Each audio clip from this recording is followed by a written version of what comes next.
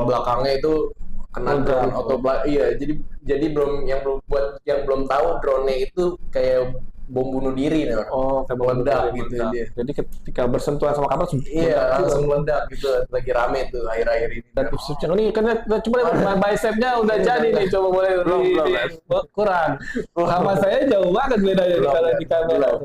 Ayo yang berwenang studi banding ke Filipina, regulasi apa yang membuat mereka mampu seperti itu. Terus buat SDM kita, ayo terus tingkatkan kualitas diri, jangan sampai kalah saing sama pelaut Filipina ya. Inggrisnya jago-jago banget, udah bahasa sehari-hari di sana.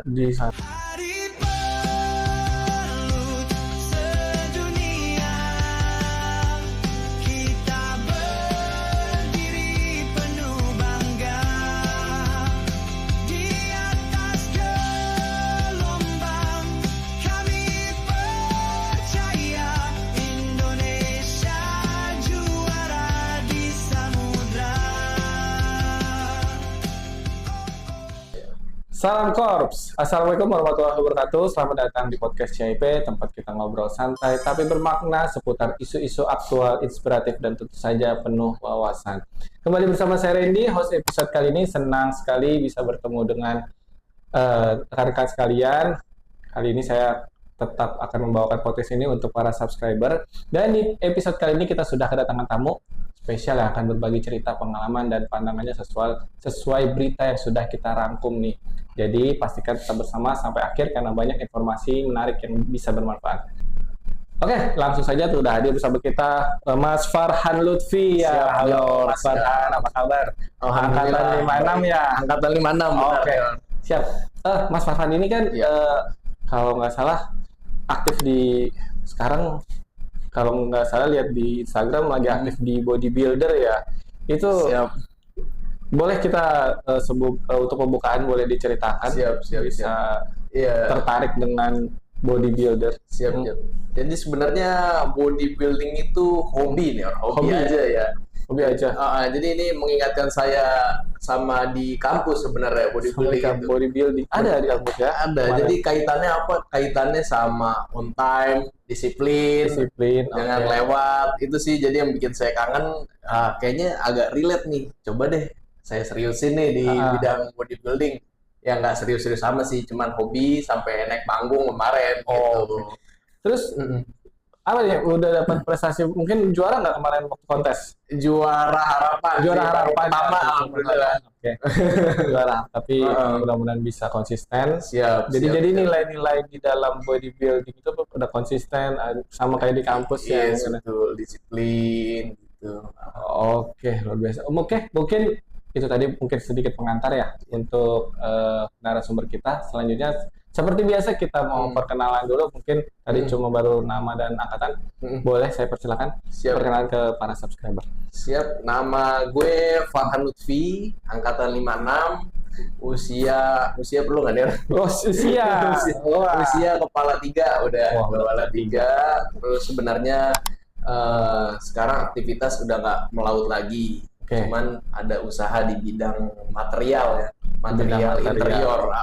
Gitu. Sudah. Ya, ini promo dikit berarti deh. Boleh promo. Iya, jadi promo material interior. Nanti buat yang mau tahu ada di sini. Oke, nanti kirim aja, kita tampilkan di bawah sini untuk siap. apa namanya? Company profile yang mungkin. Thank you Ner. Siap. Oke, untuk kini kita seperti episode kemarin ya, kita untuk segmen kali ini kita akan mereaction berita-berita yang udah kita rangkum nih ya. Kita udah ada beberapa banyak berita-berita yang kita rangkum. Nanti Mas Farhan bantu saya untuk menanggapi satu persatu beritanya. Siap, boleh Ner. Oke, baik. Langsung saja untuk berita pertama. Ini yang pertama adalah bahwa update korban banjir di Sumatera hari ini per tanggal 16 Desember itu sudah 1030 meninggal dan 206 hilang. Itu di Aceh, Sumatera Utara, dan Sumatera Barat.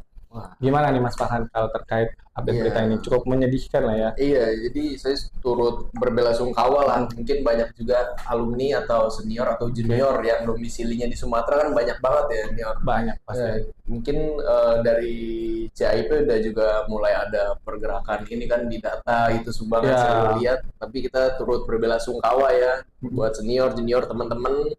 Semoga diberi ketabahan ya atas mungkin hilangnya tempat tinggal atau ada kerabat-kerabat yang terluka atau bahkan meninggal ya. Iya, ini paling parah di Aceh berarti ya. Di Aceh yang meninggal dia ada 431, Sumatera Utara 355 dan Sumatera Barat 244. Iya, semoga cepat pulih lah keadaan di sana ya, perekonomian. Amin.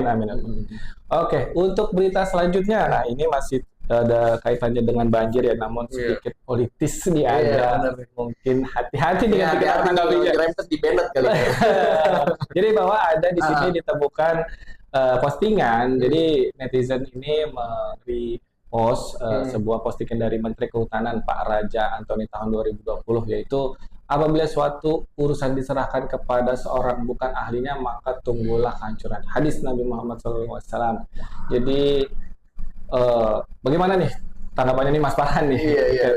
Tapi di bawahnya ada hashtag yang agak-agak nyerempet ngeri-ngeri kan? Apa tuh? Ada tulisan "Pip tenggelamkan DKI" tuh.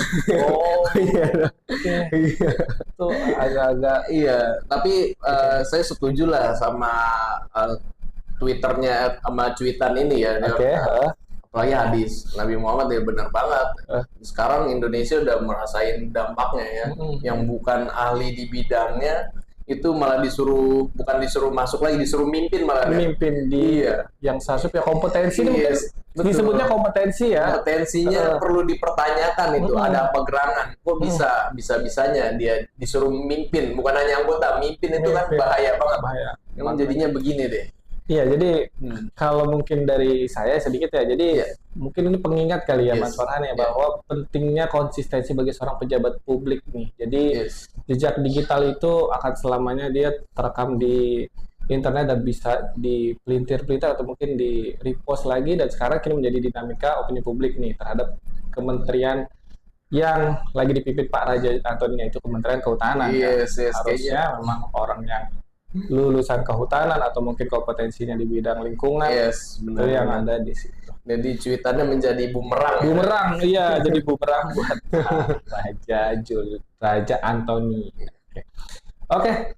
Kemudian ada satu lagi berita selanjutnya, yaitu ini terharu juga ya. Jadi raih emas di SEA Games, petenis Justin Barki sumbangkan bonus 1 miliar untuk korban bencana Sumatera. Nah, pertanyaan saya dong. Nah, silakan. Ini udah cair belum dananya? Ini kayaknya agak-agak nyindir ini juga nih. Oh, dari PSSI, PSS, siapa? Kemenpora. Persatuan Tenis atau Kemenpora. Kemenpora mungkin ya disindir ya. Pertanyaannya udah cair belum kan gitu deh. Mungkin agak nyindir. Tapi kalau kita kesampingkan hal itu, niatnya bagus juga ya. Jadi dia nggak ambil bonus dari negara itu, tapi dia full kasih buat korban Sumatera. Iya betul. Biasa. Jadi pas nanti ada korban bencana yang nanya, tuh tanya aja ke Menpora gitu, dia tinggal jawab gitu. Waduh, luar biasa sekali ini. Karena mungkin juga Pak Raja, mungkin kalau dilihat ya namanya aja Justin Barki ya, kayaknya mungkin ada daerah-daerah Sumatera deh. Iya kayaknya. Mungkin ada Medan, kepedulian seperti itu. Baik ini cukup membanggakan ya. Selanjutnya, nah ini ada mungkin ini kita go internasional sedikit ya nih. Jadi ada seorang penulis dari luar negeri berkata bahwa ketika pohon ditebang, ketika sungai terakhir dikosongkan, ketika ikan terakhir ditangkap, barulah manusia akan menyadari bahwa dia tidak bisa memakan uang. Jadi mungkin ini sebuah edukasi ya, bahwa lingkungan itu kalau dirusak ya, mau itu mendatangkan uang, itu pastinya kan berdampak sangat buruk buat kehidupan. Yes, betul. Gimana nih tanggapannya Mas? Tanggapan saya sih, kalau nebang pohon ya ditanam lagi, jangan lupa gitu, jangan dihabisin. Kalau memang nangkep ikan, jangan diambil semua, ada musimnya kayak gitu loh, ada kesadarannya sendiri sih gitu. Jadi mungkin ya kalau dikaitkan dengan banjir yang sekarang dialami Indonesia ini ya, hutan-hutan yang sudah ditebang ini harus segera dipulihkan ya. Betul. Butuh waktu puluhan tahun juga kan Puluhan kalau tahun nggak pasti salah ya. buat ngulihin. Luar biasa ya. Ini mungkin jadi refleksi aja ya, mungkin jadi muhasabah buat kita aja mungkin ke depan. Mungkin kita saat ini tidak ada berhubungan dengan lingkungan, tapi mungkin suatu saat kita ada bersinggungan, jadi mungkin bisa diingat-ingat nih perkataan dari salah seorang Eric Weiner. Ya. Iya, betul. Selanjutnya, berita selanjutnya, nah ini lah politis lagi nih, agak sedikit menyindir Pak Presiden nih. Jadi ada pernyataan dari Presiden Prabowo, yaitu Indonesia sudah mampu ya, ketika ditanyakan bahwa dia menolak bantuan dari asing gitu. Nah ini gimana nih Mas Farhadi? Tanggapan saya sih itu sebenarnya orang kalau kita diberi, kita harusnya mengucapkan terima kasih. Terima kasih ya. Terlepas kita sebenarnya sanggup apa enggak, dia yang penting niatan baik seseorang itu kita terima aja. Dulu ya. Iya. Siapa yang tahu nanti ke depannya akan ada bencana yang lebih besar, kita benar-benar butuh, orang itu ya nggak mau peduli lagi sama kita. Iya. Kan arogan banget. Wah, jadi bumerang juga nih. Tapi kalau menurut saya nih ya, jadi ini kita coba main aman nih. Jadi bahwa itu maksudnya Indonesia mampu dari Pak Prabowo itu menunjukkan bahwa memang Indonesia kuat nih, Indonesia mampu berdaulat, bahwa kita ada negara Indonesia. Namun tidak menutup kemungkinan nih bantuan-bantuan asing tetap diterima gitu. Maksudnya tidak ditolak berarti. Tidak ditolak, cuma dia menyatakan memang Indonesia mampu, Indonesia memang untuk menunjukkan bahwa kita negara Indonesia bersatu bisa membantu Sumatera itu. Tidak kekurangan lah. Tidak kekurangan. Siap. Namun sih masih tetap menerima apabila ada bantuan dari asing. Ini cara penyampaiannya aja keliru. Mungkin cara penyampaiannya. Siap. Baik, untuk selanjutnya, nah ini juga ada yang menarik juga. Jadi bahwa ada postingan DPR RI menyatakan bahwa masyarakat jangan sembarangan manfaatkan kayu gelondongan sisa banjir Sumatera, harus sesuai undang-undang. Jadi perlu diketahui banjir itu kan menyisakan banyak banget kayu-kayu yang di jalan, pokoknya numpuk, banyak sekali, melimpah boleh dibilang ya. Nah ini ada mungkin masyarakat yang memanfaatkan di situ lah, dimanfaatkan lah, dijual lagi atau mungkin diolah. Dan di sini DPR RI menyatakan bahwa tidak boleh, harus sesuai undang-undang. Gimana nih Mas Farhan? Iya, sekarang pertanyaannya itu kayu punya siapa kan gitu Ner? Ya. Jangan-jangan punya negara, berarti negara blunder. Jangan-jangan punya negara. Kita nggak tahu, semoga aja bukan punya negara ya, punya ilegal lah, anggap aja. Punya ilegal ya, betul. Pihak yang bertanggung jawab. Yang tidak bertanggung jawab. Iya betul. Terus itu kan kayu-kayu harus segera diambil ya. Jadi mau nggak mau warga ya ambil dong. Karena menghalangi jalan, terus juga mungkin ada yang tertimbun ya, nauzubillah, mudah-mudahan. Iya, betul. Jadi memang harus dipindahkan atau dibersihkan gitu.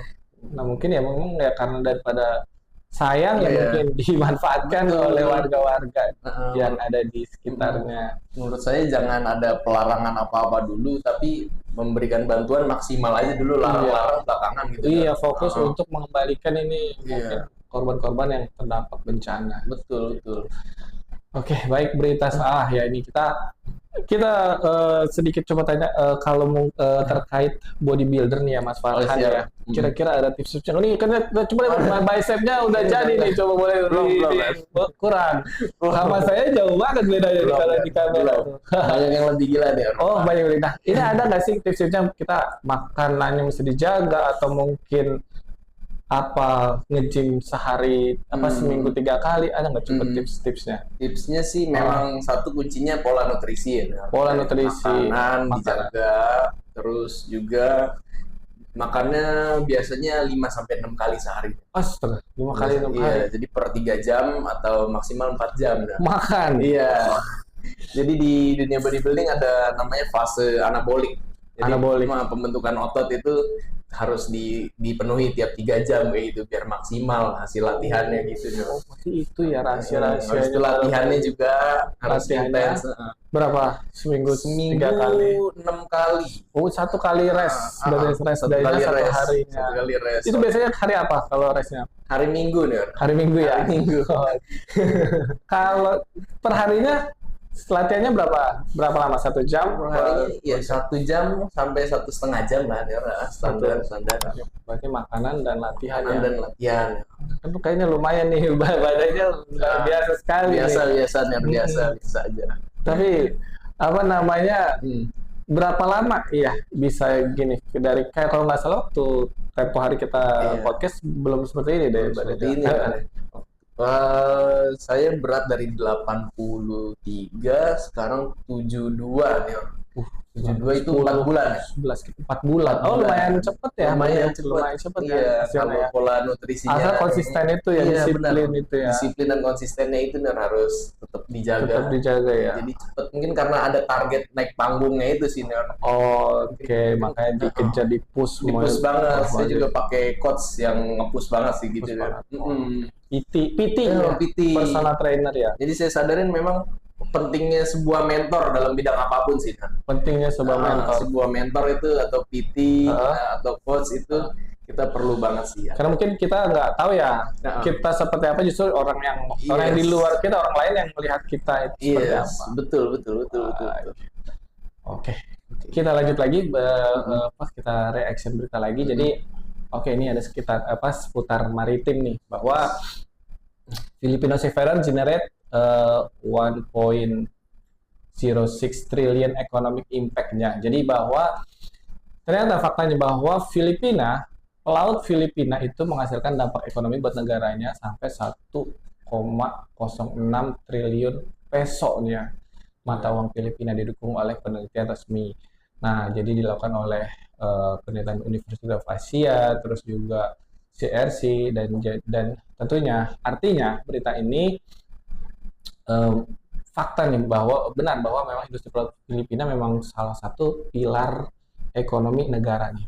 Dibanding Indonesia mungkin masih belum menjadi pilar utama ekonomi negara nih pelaut. Nah, gimana pendapatnya nih Mas Farhan nih terkait Pendapat ini? saya ya, Filipina, kita boleh bilang kalah nih dengan Filipina dari sisi pelautnya nih.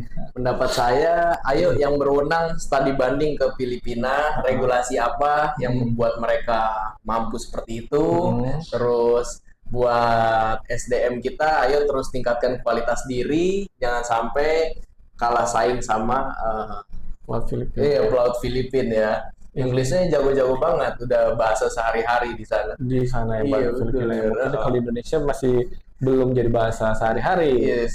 Jadi perlu belajar nih kita ke Filipina ya. Betul, dua sisi Nor, dari segi peraturan dan dari segi SDM sendiri, jangan cuma nyalain aja, lu improve dong gitu Nor. Tapi kan kalau dipikir Filipina lebih kecil ya negara dari kita ya. Iya, betul. Saya juga Harusnya kita bisa lebih berkali-kali lipat lagi kan harusnya ya. dari Filipina. Baik. Selanjutnya, ini lagi masih seputar maritim, bahwa perdagangan dunia masih bangkit, terusan Suez kembali ramai setelah ketegangan Laut Merah mereda. Jadi ada sedikit ketegangan kemarin di sekitar Laut Merah sehingga menyebabkan terusan Suez mungkin terganggu ya. Nah, ini sekarang sudah mulai bangkit lagi. Gitu. Nah, ini gimana nih menurut Mas Farhan nih? Semoga konfliknya cukup sampai di sini, nggak on off kan kemarin gencatan, habis itu ini lagi muncul lagi. Iya, berkali-kali. Semoga benar-benar kali ini udah stop di sini. Jangan Banyak ada juga lagi teman-teman kapal yang ketar-ketir ya kan? Gitu ya, jadinya ada kabar-kabar juga, Ada kabar-kabar juga. Kemarin di Instagram juga viral, ada kapal yang kena serangan ini drone autopilot. Jadi kapal belakangnya itu kena drone autopilot. Iya, jadi yang belum tahu, drone-nya itu kayak bom bunuh diri nih. Kayak meledak gitu dia. Jadi ketika bersentuhan sama kapal langsung meledak gitu. Lagi rame tuh akhir-akhir ini. Oke. Jadi itu dikabari dari teman-teman di kapal juga, mereka pun juga khawatir nih kalau melewati terusan Suez ini ya. Yes, betul. Baik. Semoga aman-aman aja deh Amin. di daerah sana ya, mungkin buat teman-teman atau rekan-rekan pelaut yang lagi berada di wilayah sana ya. Yes. Oke, baik. Nah, ini berita kita ke sedikit berita olahraga nih. Jadi Timnas Indonesia tersingkir dari SEA Games 2025. Indra Safri saya akan bertanggung jawab. Jadi kalau boleh kita runut di sejarah, kita tuh nggak pernah gagal nih di fase utama di SEA Games nih. Nah ini di tahun ini kita di fase masih penyisihan kita sudah gagal nih, kalah dengan Filipina ya kemarin. Nah, ini gimana pendapatnya nih Pak sedikit bola nih? Aduh, ini tanggung jawab seperti apa dulu nih? Yang selama ini kan tanggung jawab hanya sekedar di mulut aja ya, Nior. Ya. Apa namanya, baik pengunduran diri atau apa kan nggak ada terjadi kayak gitu. Terus juga masih apa, gitu. Mungkin pelatihnya perlu dievaluasi lagi nih, Nior. Iya, tapi kalau kita lihat sih Indra Safri ini membawa Indonesia juara berkali-kali ya. Juara berkali-kali di SEA Games apa di Liga apa namanya? Liga Asia yang mungkin belum skalanya kayak Sintayong yang sudah ke dunia. Masih di skala Asia membawa juara berkali-kali. Kalau nggak salah sudah 2 kali deh. Sudah 2 kali. Zaman kemarin Evan Dimas atau terus yang terakhir itu kemarin yang baru itu kemarin yang menang lawan Thailand 8 pemain lawan 9 pemain itu tuh. Apa mungkin lawannya memang kebetulan lagi jago-jago. Lagi jago mungkin ya tadi. Mungkin tadi pelautnya aja Filipina loh. Biasanya Filipina basket ya kan? Iya. Ini kok sepak bola Filipina Indonesia bisa kalah. Bisa kalah itu dia. Heran juga saya. Padahal sejarahnya kan selalu menang lawan Filipina. Iya, makanya. Bahkan dia nggak punya stadion internasional ya kalau nggak salah Filipina. Iya. Dia mungkin lagi terlena kali ini. Lagi terlena karena ngelihat track record juga ya kan. Jadi agak lepas. Baik. Selanjutnya kita ke berita selanjutnya. Tadi mudah-mudahan Indonesia bisa sepak bolanya bisa lebih berkembang lagi nih setelah kekalahan ini, bisa jadi introspeksi. Iya, benar. Oke, baik, ini selanjutnya ini ada menarik juga nih. Jadi ada seorang mahasiswa yang menggugat MK nih. Jadi dia bilang tak bisa nikahi pacar yang berbeda agama. Pria ini gugat undang-undang pernikahan ke MK. Jadi perlu diketahui bahwa kalau pernikahan beda agama itu nggak diakomodir di kependudukan gitu. Jadi nggak bisa kalau beda agama. Ya silakan, gimana pendapatnya nih, Mas mungkin Farhan? Karena di Indonesia mungkin selain hukum negara ada hukum adat, hukum agama itu yang dia lupain ya orang. Jadi harus diikutin juga kali ya, itu kan berdasarkan kebiasaan setempat dan jadi global. Di Indonesia ada agama, ada tradisi. Kalau memang itu belum memenuhi kemauan dia, ya coba aja nikahnya di luar negeri terus balik lagi kan gitu. Tapi nggak tercatat kalau di nggak dicatat di Indonesia. Harus pindah ke warga negaraan dulu ya berarti. Nggak bisa ya? Ke hotel bareng berdua nggak dilarang nanti. Waduh. Kan bukan suami istri nggak tercatat gitu. Namun menarik juga sih si mahasiswa ini berani dia menggugat sampai ke MK nih. Jadi mungkin cinta sejati kali ini. Mungkin dia saking cintanya sama pasangannya, terhalang dia mau nikahin, jadi dia gugat ke MK. Iya, saking nggak ada yang mau ngalah nih sama imannya masing-masing. Ya, nggak ada yang mau pindah. Iya. Jadi dia gugat ke MK. Oke, kita ke berita selanjutnya ya. Nah, ini agak sedikit ini menarik juga. Jadi nasib tragis mahasiswa UNS nih penerima KIP yang viral dugem di klub malam. Beasiswanya dicabut karena terbukti langgar peraturan yang berlaku. Jadi mahasiswa ini dapat beasiswa nih dari pemerintah untuk kuliah. Wow. Kedapatan dugem. Wow. Dicabut beasiswanya. Nah, gimana nih tanggapannya Mas Farhan? Tanggapan saya setuju sama pemerintah. Setuju. Kali ini saya setuju nih. Setuju sama pemerintah.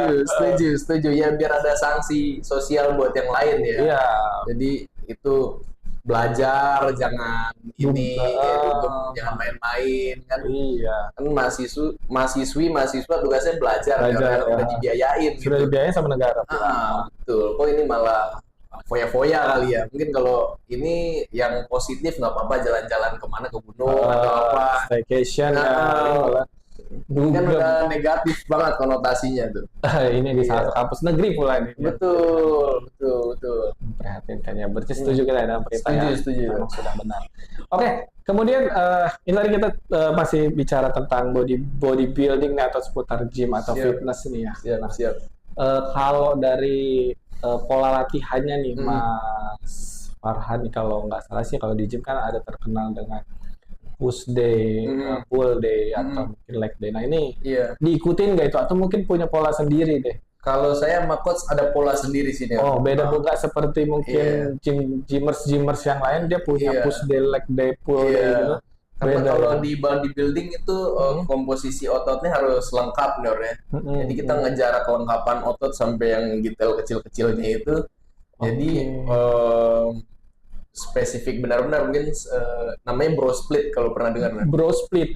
Jadi apa itu? Jadi dalam satu hari itu ada otot besar, contohnya punggung sama bicep hari ini. Besoknya itu dada sama tricep. Kayak gitu. Habis itu besoknya kaki sama perut. Kayak gitu. Habis itu diulang-ulang terus. Gitu. Jadi apa namanya ada pola tersendiri nggak seperti yang banyak. Yes. Saya tahu ya kalau saya ada full day, push day, dan itu apa namanya efektif kalau seperti itu. Yes, itu efektif selama nutrisinya terpenuhi. Nutrisinya terpenuhi ya. Oke. Berarti nutrisi itu penting banget ya. Penting banget ya. 70% itu suksesnya karena nutrisi. Manis makan manis masih manis dari buah aja nih. Manis dari buah, kue itu udah enggak ada. Es krim enggak. Kalau lagi program enggak ada. Kalau sekarang udah kelar nih, udah lumayan boleh lah. Boleh. Lepas dulu. Dilepas. Oke. Baik. Kita lanjut lagi ke berita selanjutnya nih, Mas Farhani. Nah, ini kita politik lagi nih. Nah, jadi ada gugatan juga, jadi kok Ketua Parpol bisa menjabat puluhan tahun digugat ya. Jadi ada orang yang menggugat aturan ketua partai itu jabatannya kok nggak terbatas gitu, nggak ada batas, sementara presiden, gubernur dan itu ada batasnya 5 tahun. Nah ini seperti apa nih kalau Mas Farhan melihat? Tanggapan saya sebagai awam yang mencoba ingin menyatakan pendapat sebenarnya partai itu walaupun dia bukan lembaga negara, dia adalah simbol demokrasi kecil suatu negara. Kalau demokrasi yang kecil-kecilnya aja udah nggak beres, ya apa kabar nanti kalau si parpol ini menguasai kursi legislatif kan gitu. Betul. Gitu sih logika saya ya, atau correct me if I'm wrong. Iya, sebagai orang yang awam politik juga sih saya melihatnya juga aneh juga ya. Jadi kalau presiden dibatasi, bahkan ketua DPR, anggota DPR pun juga 5 tahun sekali harus dipilih lagi. Gitu. Jadi sementara ketua umum partai politik itu sendiri nggak ada batasnya. Jadi itu disebutkan kayak Pak Bu Megawati sudah puluhan tahun jadi ketua PDI. Betul. Caimin sudah puluhan tahun juga jadi ketua PKB, terus juga Surya Paloh juga sudah lama juga di Nasdem. Seperti itu. Jadi menarik nih, nanti kita tunggu hasil dari gugatannya ini apakah dikabulkan atau tidak nih. Karena akan pasti jadi ini rame banget dan jadi mungkin perubahan demokrasi, mungkin perubahan situasi demokrasi demokrasi di Indonesia pastinya kalau ternyata nantinya dibatasin si ketua umum partai politik ini. Baik, oke. Untuk selanjutnya kita ke berita selanjutnya, Pak Purbaya turun gunung cegah bea cukai main-main di pelabuhan. Nah, jadi ya seperti yang kita ketahui bahwa Pak Purbaya ini satu menteri yang boleh dibilang lagi banyak dibicarakan nih. Dia menyatakan dia nggak segan-segan nih, dia akan menindak apabila ada terjadi dia bilang dia main-main di pelabuhan nih untuk bea cukai. Gimana nih tanggapannya Mas? Tanggapan saya sangat dukung Pak Purbaya selaku penggiat usaha ya. Karena sering banget itu kita nggak bisa memprediksi saat kapal masuk. Ini kena lampu merah apa lampu hijau kok? Kadang lampu merah, kadang lampu hijau, kadang lampu merah. Padahal saya sudah berulang kali mengirim barang yang sama gitu. Bisa-bisanya kadang ganti. Oh ini berarti masyarakat langsung merasakan nih ya? Langsung merasakan saya jujur. Jadi memang jadi di Indonesia ini masih ada abu-abu nih, ketidakpastian kalau kita ngimpor barang. Mas Farhan ngimpor barang yang sama, jumlah yang sama, kadang lambat, kadang cepat gitu diterima. Kalau kena lampu merah itu bisa 2 minggu tertunda. 2 minggu tertunda. Ada aja alasannya, kadang beda-beda. Padahal kadang beberapa kali lolos, beberapa kali ini. Oh gitu. Betul. Oke. Jadi menarik juga nih. Jadi Untung mah langsung dengan sumbernya nih. Jadi pastinya kalau tertunda gitu biaya operasinya pun juga akan bertambah ya. Mungkin perhitungan bisnisnya jadi boleh dibilang boleh secara kasar nggak masuk nih bisa ini. Kadang-kadang nggak pasti nih orang saya kena denda berapa itu ya suka-suka beliau aja yang berwenang aja. Kadang-kadang hijau alhamdulillah, tapi lebih banyak merahnya. Lebih banyak merah. Tapi sejauh ini masih masuk lah ya. Alhamdulillahnya masih masuk dihitung itu. Gitu. Luar biasa. Dan kita mudah-mudahan Pak Purba ini bisa benar-benar meningkatkanlah kinerja dari bea cukai ini. Kadang barangnya mau masuk, kita stok sudah habis kan, ini juga nunggunya lama nggak pasti dia. Aduh, mudah-mudahan bisa meningkatkan kinerja pelabuhan nih Pak Purba ya. Oke, baik kita ke berita selanjutnya nih. Ini menarik juga, pemuda disabilitas viral, Zidan resmi bekerja di Transjakarta sebagai desainer grafis. Dia mungkin mungkin dia ada disabilitas lah, kan dia ukuran tubuhnya berbeda dari orang-orang normal pada umumnya. Ternyata dia diterima di Transjakarta sebagai desainer grafis. Gimana Mas Farhan melihatnya ini? Saya sangat applause buat Mas Zidan itu. Berarti kita udah mulai naik ya, menerapkan Pancasila, keadilan sosial bagi seluruh rakyat Indonesia. Betul ya. Jadi tidak mandang good looking, berpenampilan menarik, ya asal punya skill ya monggo aja kerja, itu saya setuju kayak gitu. Betul. Saya setuju banget. Mungkin respect juga buat Transjakarta nih ya yang membuka peluang buat Mas Zidan ini ya. Iya, biasanya kan good looking, tinggi 170. Ada itu pasti ya good looking, 170. Salah. Lah kita kan mau dikerja mau kemampuan kita ya dipakai ya. Betul. Harus good looking. Applause. Iya. Mas Zidan ini membanggakan juga ya. Mudah-mudahan Transjakarta juga semakin baik lagi lah nih dengan mengambil Mas Zidan ini. Iya. Baik, kita ke berita selanjutnya. Nah ini menarik tadi masih dari Pak Purbaya ya. Jadi ada gebrakan juga dari Pak Purbaya. Kemarin juga sempat ramai bahwa sedang siapkan RUU redenominasi rupiah. Jadi dirubah Rp1.000 menjadi Rp1 nih.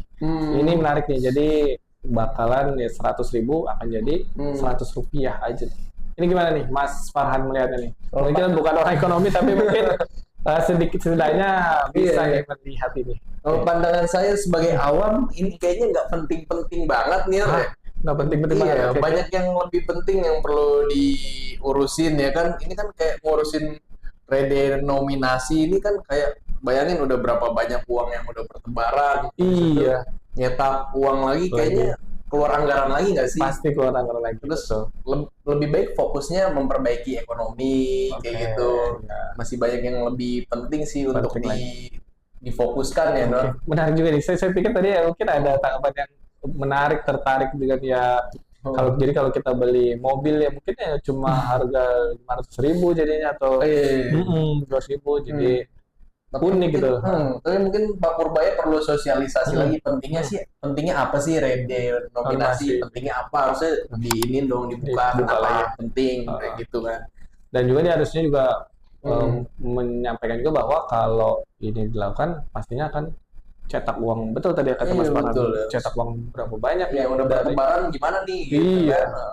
Tuh mungkin kita kurang paham, mungkin nanti ada penjelasan dari sosialisasi nih Menteri Keuangan, Kementerian Keuangan. Silahkan. Oke, untuk selanjutnya nih kita tanya-tanya lagi nih Mas Farhan, kalau dari keluarga gimana nih Mas, mendukung nggak Mas Farhan di bodybuilding? Jadi kalau saya melihatnya sih kalau laki-laki yang mungkin kayak Mas Farhan ya yang bodybuilder kurang menarik mungkin di mata perempuan nih, di mata gadis-gadis nih mungkin lebih agak takut nih. Nah, ini kalau dari keluarga gimana nih Mas Farhan melihat? Kalau dari keluarga, alhamdulillah sih dukung ya, alhamdulillah. Walaupun agak kaget karena kan tiap pagi harus prepare minimal ayam kayak 1 kilo gitu. 1 kilo setiap pagi ayam gitu. Oke. Enggak diganti ini kayak suplemen susu seperti itu. Jadi sebenarnya susu itu adalah pelengkap. Tetap fokus utamanya harus real food. Real food tetap ya, tetap food. Ayam, dada ayam itu pelengkap buat ini aja selingan aja. Jadi nggak boleh jadi jadi pokoknya gitu. Ya, itu tuh makan si ayam. Iya. Terus soal cewek-cewek takut ya. Iya. Alhamdulillah saya udah sold out ya guys. Udah sold out. Iya, udah sold out. Udah alas ya guys. Iya. Gitu sih. Alhamdulillah istri dukung juga dan dia suka juga malah sama dulu kan agak ini ya dan saya agak cabi gitu gemoy ya. Terus ya alhamdulillah istri suka sih. Jadinya dukung aja. Oh, jadi dukung aja. Tapi tadi melihat yang jadi gimana nih kalau meyakinkan bahwa dengan mempunyai badan yang seperti ini tuh nggak menakutkan gitu buat wanita. Kalau stigmanya kan yang ada takut nih perempuan nih gede gitu ototnya seperti itu. Stigmanya sih kalau saya mikirnya saya nggak apa-apa kalau ada yang takut itu hak masing-masing. Cuman saya fokusnya kalau di usia 30 tahun ke atas tuh otot begitu penting ya. Oke. Otot begitu penting untuk menekan gula darah kita, menjaga kita dari gula darah tinggi bisa memicu diabetes. Itu olahraga sering itu juga membantu kinerja jantung agar lancar ya, aliran darah lancar sih. Saya lebih fokusnya ke situ. Untuk looks ya saya nggak tahu, masing-masing ada yang suka ada yang nggak suka. Siap. Jadi tetap intinya yang menuju sehat lah ya. Menuju sehat sih goal saya sebenarnya. Goal sehat. Baik. Untuk like dislike ya wallahu alam. Ya preferensi masing-masing. Nggak perlu dipikirin, yang penting kita tujuannya sehat. Sehat betul. Oke, baik. Selanjutnya, pertanyaan selanjutnya. Ini ada video-video ya, boleh lihat ya, kita ada video. Wah, ini bagus banget. Ini jadi ada, kalau di Cina tuh trekking bisa pakai eskalator. Wah, gimana nih pendapatnya Mas Farhan? Bagus banget sih. Gimana? Kayaknya kalau di Indonesia agak sulit ya, ada wacana itu terakhir saya dengar di demo ya, di Rinjani di demo mana ya, ya ditolak mentah-mentah ya. Oke. Ini positifnya kalau menurut saya yang lansia-lansia, yang tidak biasa naik gunung, yang tidak kuat naik gunung, ada keterbatasan, disabilitas, semua bisa menikmati keindahan alam Indonesia. Karena pemandangan itu semua orang pasti betul pengen melihat secara langsung di atas sana. Betul. Kalau di Indonesia kan nggak ada satupun gunung yang seperti ini. Di Cina di Cina Jadi di Cina udah bisa tuh punya eskalator gunungnya. Saya dengar terakhir Gunung Rinjani apa mau dibuat seperti ini, cuman ditolak mentah-mentah nih. Ditolak mentah-mentah. Kerusakan alam kalau nggak salah sih. Oke, iya juga sih. Itu kan pasti akan ada pohon yang dipotong ya. Betul. Jalur si eskalator itu. Sama satu lagi di Bali, di Nusa Penida ya. Lagi mau dibangun lift kan itu langsung di demo warga sekitar. Itu udah ada rangka-rangka scaffoldingnya, kayaknya proyeknya mandek sekarang ini deh. Padahal itu tadi yang dibilang benar juga kalau untuk lansia, untuk orang-orang wanita yang mungkin fisiknya sulit ya untuk mendaki ke atas sana, sangat membantu memasukkan ini kan pendapatan daerah ya. Bagus banget. Oke. Cuman saya rasa kuncinya satu nih, apa tuh? Trustnya masyarakat ke Pemda, ke pemerintah harus naik dulu ya. Baru lu mau program apa aja itu bisa berjalan ya. Selama ini trustnya kan rendah banget ya. Iya betul. Jadi susah juga kalau bikin program apa trustnya rendah ya kan. Baik. Oke, kita ke berita selanjutnya Mas Farhan ya. Ini ada video lagi, silakan videonya. Nah, ini jadi di Cina juga ada dibikin patung koruptor, dan dipersilahkan warganya untuk memukuli seperti itu. Menarik juga ya. Menarik. Nah, ini gimana tanggapannya nih di Cina lagi nih? Setuju. Dibuat di Indonesia buat melampiaskan amarah orang-orang kan. Lagi ada yang sebel, ada hari-harinya lagi penat ya kan, bisa ke patung ini ya, mungkin ada patung tokoh siapa gitu yang teman-teman korupsi dibikinkan, dan itu dan mungkin merupakannya mungkin kelegaan ya, mungkin ketenangan mungkin masyarakat meskipun mungkin misalnya hukumannya bagaimana, yang penting ada patungnya mungkin bisa dilampiaskan langsung. Jadi misalnya dia punya cucu koruptor ya kan, apa nanti temennya bilang, gua habis gambarin kakek lu tuh.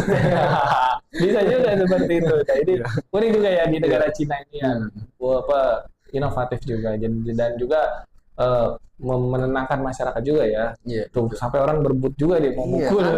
ngantri dia. Mau gambarin patung. Koruptor. Oke, baik. Berita selanjutnya. Silahkan berita selanjutnya. Oke, silahkan. Wah, apa ini? Nah, coba dilihat. Perbatasan ya. Nah, itu udah. Jadi ada tentara dia mungkin kelelahan ya, dia tidur di perbatasan dan lupa senjatanya nggak disimpan di tempat yang tepat dan ternyata ada monyet di situ. Nembak. Nah ini gimana pendapatnya Mas Farhan nih? Fokusnya ke monyetnya sih, Ner. Siapa yang ngajarin? Iya, bisa tahu-tahuan kan? Bisa dia nembak gitu ya? Bisa nembak unik gitu. juga ya? Ternyata monyet bisa diajarin kayaknya, Ner. Oh iya, bisa juga. Bisa jadi ide baru tuh. Iya, tentara baru. Tentara baru.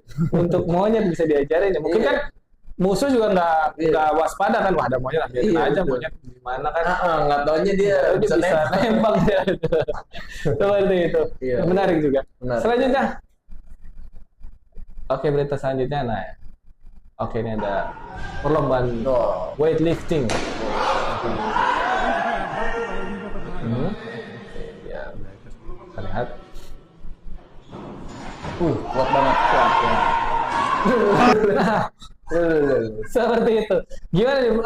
Unik juga nih. Mungkin ternyata ada batasnya juga si weightlifter ini ngangkat dia nggak kuat sehingga dia ada dendam pribadi kayaknya. Itu gimana tuh pendapatnya Mas Farhan? Pendapat saya sih ada dendam pribadi itu sama jurinya. Sama jurinya nanti. Iya, mungkin dendam deh itu. Oke, jadi atau mungkin dari sisi bodybuilder dia mungkin kehilangan keseimbangan atau gimana itu Mas Farhan? Iya, sepertinya kehilangan keseimbangan ya. Terus jarak panggung sama ini judges terlalu dekat ya. Ngapain deket-deket kan angkat beban. Dilihat ototnya, weightlifting kan beda sama bodybuilding. Oh, kalau bodybuilding jurinya harus dekat ya. Biar kelihatan semua otot-ototnya ya. Betul. Itu dari sisi menarik juga ya. Oke. Baik, itu tadi berita terakhir tuh Mas Farhan. Baik, itu tadi pertanyaan terakhir dari kami nih sebelum kita tutup. Ada pesan dan harapan motivasi yang disampaikan Mas Farhan kepada para subscriber kita, pendengar podcast kita. Saya silakan. Siap. Pesan saya buat khususnya buat para alumni, junior atau senior, kita dari CIP Pusat turut berbelasungkawa atas bencana yang menimpa keluarga dan kerabat kalian. Terus juga semoga diberikan kelegaan hati untuk menerima nih ya. Dan semoga cepat pulih dari segi perekonomian dan kesehatan, dan semoga kegiatan di sana kembali lancar lagi. Amin. Terima kasih. Baik, terima kasih telah menyimak podcast ini. Kami sampai selesai. Semoga pembahasan hari bermanfaat. Kita bisa menambah wawasan rekan-rekan sekalian. Jangan lupa juga untuk like, comment, subscribe di channel YouTube CIP agar kami bisa menghadirkan konten-konten menarik lainnya. Tentu saja kami akan terus mengundang narasumber yang lebih variatif lagi di episode mendatang. Saya Randy, sampai jumpa di episode selanjutnya. Terima kasih Mas Farhan ya sudah hadir di sini. Mudah-mudahan gak bosan-bosan ya di ya. Tetap semangat, tetap berkarya. Salam hormat. Kita tutup podcast ini. Salam Kors. Terima kasih. Thank you.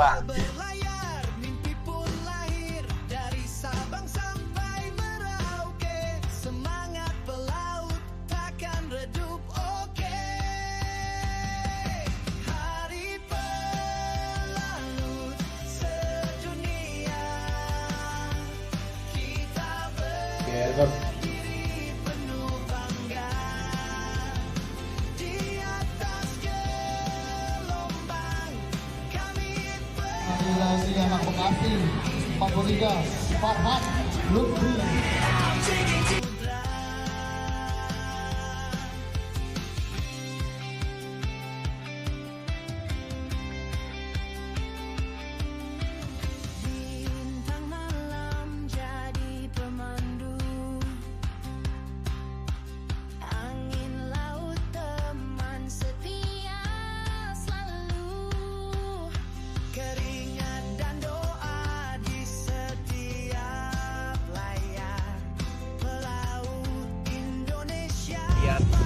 Versi lebih serius gitu aja.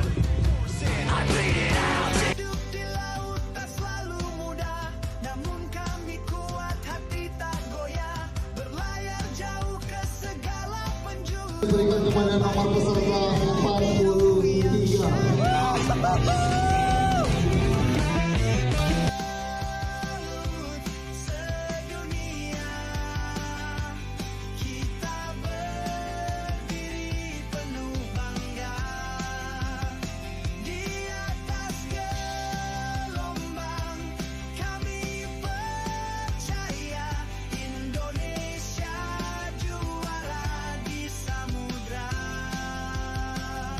Mulai ya, makan ya. Siap. Ini Aman. ditaruh sini ya. Iya, biar ini. Enggak, ya taruh sini dah. Siap. Nah. Aman ya. Oke kan, Oke. bungkus. Makasih Farhan. Lumayan Ya, menarik nih. lumayan. Luar biasa. Untuk berita selanjutnya, oke, ini ada lagi, ada sebuah video. Aduh deh, cut dulu. Jul, nggak bisa Jul, di itu aja Jul, di Canva Jul. Cut dulu. Cut.